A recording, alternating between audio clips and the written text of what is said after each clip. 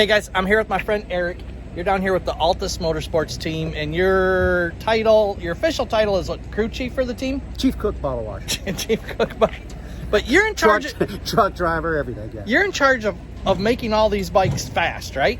Well, technically, making the bikes fast. These are our factory supported motorcycles, so the engines are actually built by the Suzuki factory.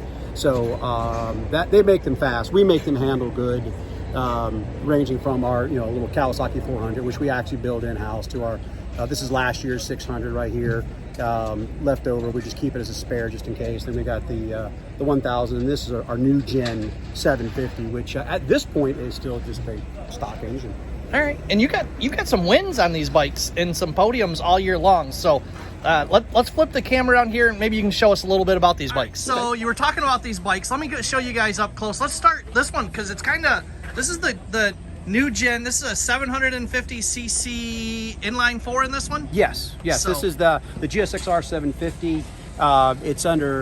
It's homologated under the next gen rules, which means that the electronics have been changed on the bike, and fly-by-wire has been installed onto the throttle bodies, making it next gen legal. And that's how the FIM controls the power, is through the throttle bodies. For example, this bike the throttle bodies will only open to 80%, keeping it in line with a 600, which obviously doesn't have the displacement that the 750 does. So it keeps the two bikes kind of equal. So these are bikes. The 750 is raced in the same class as the 600. These two bikes would show up on the same grid at the same time. Yes. And your 750, you guys have been having some success with that, but wouldn't being a 750, isn't that a bigger, heavier bike? It's definitely required us to change the setup. I mean, originally the bikes were so identical that we came with the same setup of our 600, and it didn't quite work. We had to start modifying the bike because it is heavier. The crank on this motorcycle weighs about 8 pounds more than a 600, and that crank moving at 10,000 RPMs, it becomes a lot harder to get the bike to move from left to right.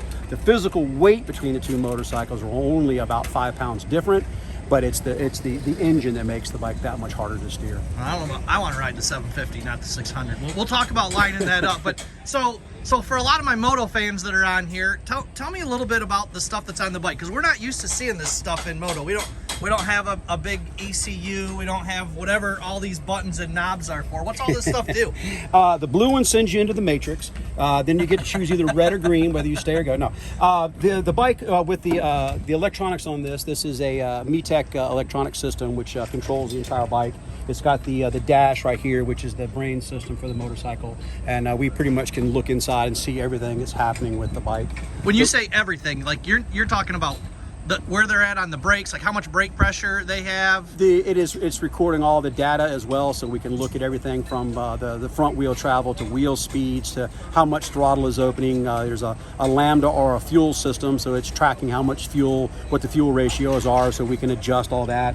The rider has a lot of controls here as well. This right here is a mode switch. The rider can switch between 4 different modes, and that could be different power characteristics, engine braking strategies, or whatever.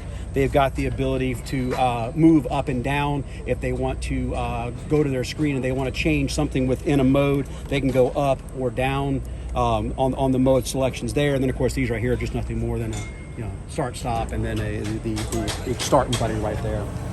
So show me where some of the sensors are that grab that information. This right here is your front potentiometer. This right here will records your front wheels stroke. With this right here, not only do we get the travel of a fork, we can also get the speed at which the fork is moving, which will help us tune the bike.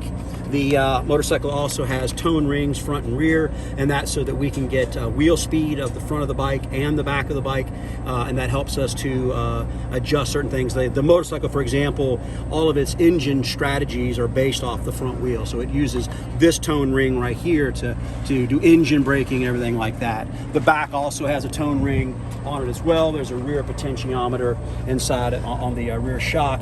The rest of the sensors are actually the CAN line, or the data from the motorcycle. The data system will record this information. It sends it down what's called a CAN line, and then it deciphers it and then prints it out, and we get everything from throttle position, RPM, engine temperatures, so forth and so on. So reading that information, I'm sure pretty much anybody can get in there and read the information.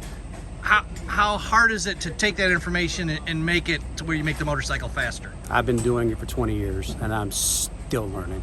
It's a lot of information, setting up your pages, analyzing and looking at certain things and understanding what it means. It takes years and years and years. You go over to like the Team Hammer over there, and you've got a Ben Fox, and I mean that's all that man does. That's his entire life is nothing but processing data and things like that. And I've learned a lot from him. Hammer has helped us a lot. This right here is the new 2D system.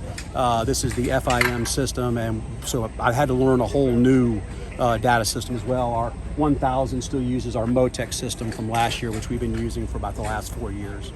So if you could ride any one of these 3 bikes, which one would you pick? 750.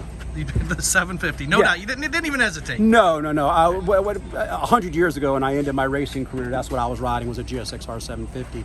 The bike is a great compromise between the handling of a 600 and the power of a 1000. The 1000 is it's a lot of motorcycle, a lot of muscle, a lot of physical work to ride a 1000. A 600, it's much more nimble. It's a lot easier to ride. That's something I enjoy, but I'm a bigger boy, so the 600 had a little trouble carrying me around, whereas the 750 made a nice compromise between the two.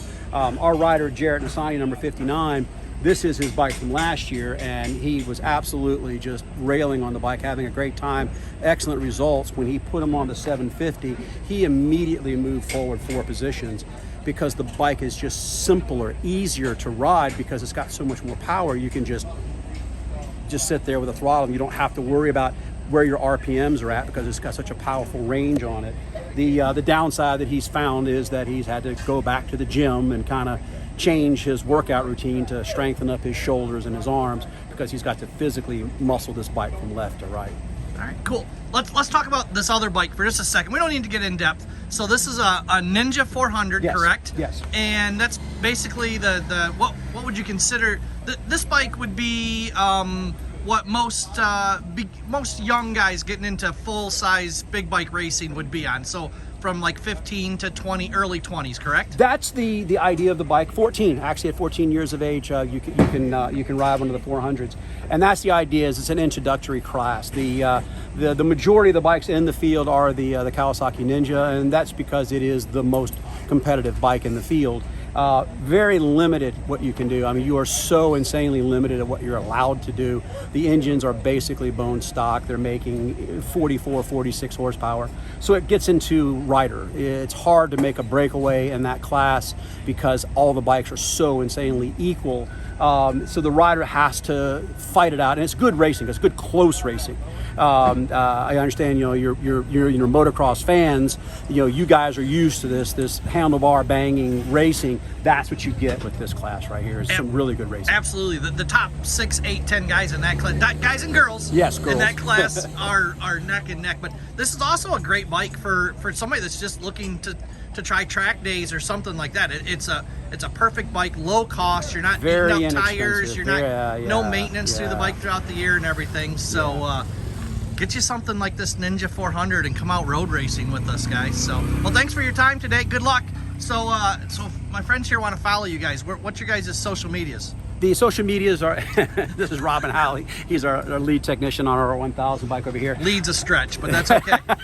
Our social medias, we're Altus Motorsports, Lawton Motorsports, and Altus Factory. Perfect. And you can find them under Facebook. You can find them under .com. You can find them under Instagram. Perfect. Thanks for the time. All right, thank you.